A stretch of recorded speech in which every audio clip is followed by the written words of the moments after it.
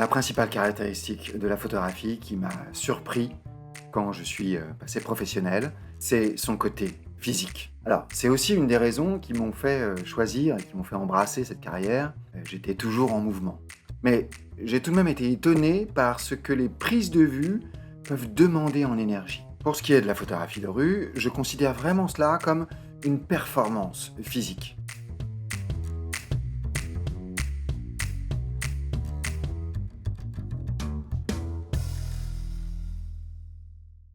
En photographie de rue, mon premier choc a été de voir Henri Cartier-Bresson en train de danser un petit peu comme un pantin funambule dans les rues de Paris. J'étais débutant en photographie et je regardais ces arabesques en étant fasciné. La pratique de la photographie n'a rien de statique. Maintenant, quand je regarde Henri Cartier-Bresson en train de bouger et de chercher une photo, je vois quelque chose d'autre. Je vois de la composition. Je vois la recherche du bon moment. Quand est-ce que le cadre est rempli de la bonne manière? Regardez ses jambes, ses pieds. Vous verrez le lien direct entre la composition et le mouvement du corps. Je vais vous faire une confidence de breton. Les photos, c'est comme les crêpes. Elles vont pas se faire toutes seules. Et de la même manière qu'une poêle a besoin d'être bien beurrée, un photographe a besoin de travailler le côté physique de la composition, a besoin de travailler son jeu de jambes. Le photographe dans la rue est souvent un prédateur. Il a l'œil vif, parfois le flash haut perché, et il chasse le 125e de seconde qui va donner une photo excellente.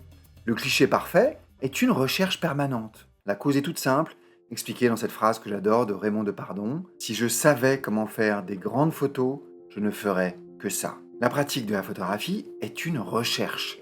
On ne décide pas d'avoir une photo excellente. On en a l'intuition, mais en réalité, chacun de nos déclenchements est un espoir. Et pour chercher, il va falloir bouger. Méthode toute simple de recherche et de composition en photographie, quelle que soit la scène, quel que soit l'événement, le reportage ou la situation que vous photographiez. Commencez par déclencher tout de suite tout droit ce que vous avez vu, en essayant de composer à la volée ou à l'arrache. Ensuite, tournez autour de votre sujet. L'angle à 45 degrés d'un côté, de l'autre. Faites la plongée, la contre-plongée pour changer de perspective.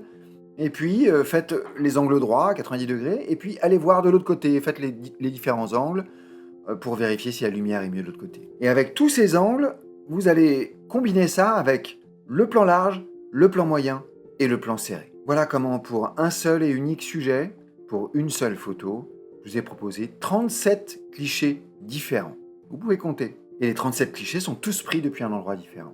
Évidemment, cette théorie est presque impossible à mettre en pratique, pour la simple raison que, en photographie de rue, notamment en reportage, les moments intéressants passent beaucoup trop vite. Ce qui a fait la différence pour un photographe professionnel, c'est sa capacité à choisir parmi toutes les options qui se présentent à lui, et à répéter encore et encore des cadrages intéressants, quel que soit le sujet. Henri Cartier-Bresson, toujours lui, disait quelque chose d'intéressant. Il disait qu'on ne devrait juger un photographe que sur sa planche contact. La planche contact, ce sont les 36 clichés d'une pellicule sur une seule feuille, un seul tirage. Sur une planche contact, vous voyez tous les mouvements, toutes les décisions de composition et évidemment le ratio de photos intéressantes par rapport au déclenchement. La planche contact dit tout du photographe, comment il a bougé, ce qu'il a vu, pourquoi il est déclenché, s'il a fait plusieurs photos d'un même sujet, le plan moyen, le plan large, le plan serré. Vous voyez tout. Et la beauté de l'histoire de la photographie, c'est que vous pouvez très bien étudier et analyser des planches contact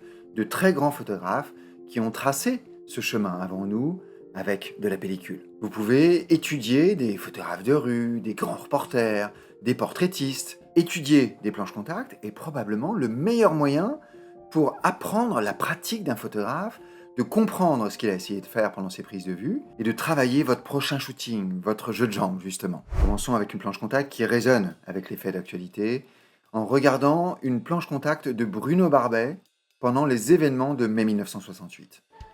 La séquence permet d'appréhender le travail dans le cas d'un événement ici, mais ça pourrait être un reportage, un documentaire.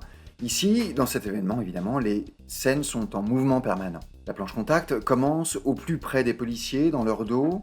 Elle se poursuit avec une série de plans larges interrompus par quelques manifestants qui passent devant le photographe. Puis une charge de police occupe le photographe sur 4 clichés. La séquence se termine sur une barricade. Notez déjà comment chacune des photographies est rigoureusement composée, quelle que soit la valeur de plan. Vous pouvez ensuite apprécier le travail d'édition, le choix des photos les plus fortes et le ratio implacable, 6 photos retenues sur une séquence de 36 clichés. C'est le ratio d'un grand maître de la photographie, à plus forte raison quand j'aurais probablement gardé beaucoup plus que les 6 photos ici. Vous pouvez étudier une à une chacune des photos, comprendre les décisions d'édition qui ont été prises par Bruno Barbet ou par son tireur plus probablement, puisque les grands reporters avaient des tireurs qui éditaient leur travail et sélectionnaient les photos pour les publications. Poursuivons avec une séance de portrait de Bob Marley avec le photographe Dave Burnett. Vous pouvez voir ici qu'il y a moins de variété sur les différentes valeurs de plan, mais vous avez tout de même sur une séance de portrait avec certaines photos qui ont été retenues pour des couvertures d'albums de Bob Marley.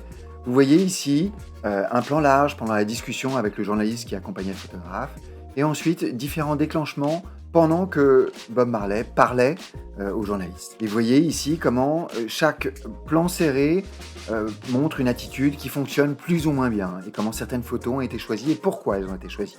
Notez également la variété entre les cadrages horizontaux ou verticaux. Le cadrage vertical va souvent être utile quand vous avez des publications dans des magazines ou dans la presse. Terminons enfin l'exercice sur une planche contact issue du premier livre de Martin Parr, The Last Resort. Cette mini planche contact montre en 8 photos comment Martin Parr a travaillé la scène et exploité la sérendipité inhérente au procédé photographique. Il y a un côté aléatoire, une part de chance quand une scène se déroule devant vous.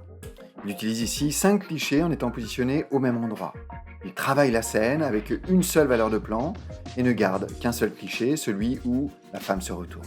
Vous pouvez appliquer ces principes dans l'analyse des grands photographes en cherchant tout simplement des planches contact qui auraient été publiées sur Internet.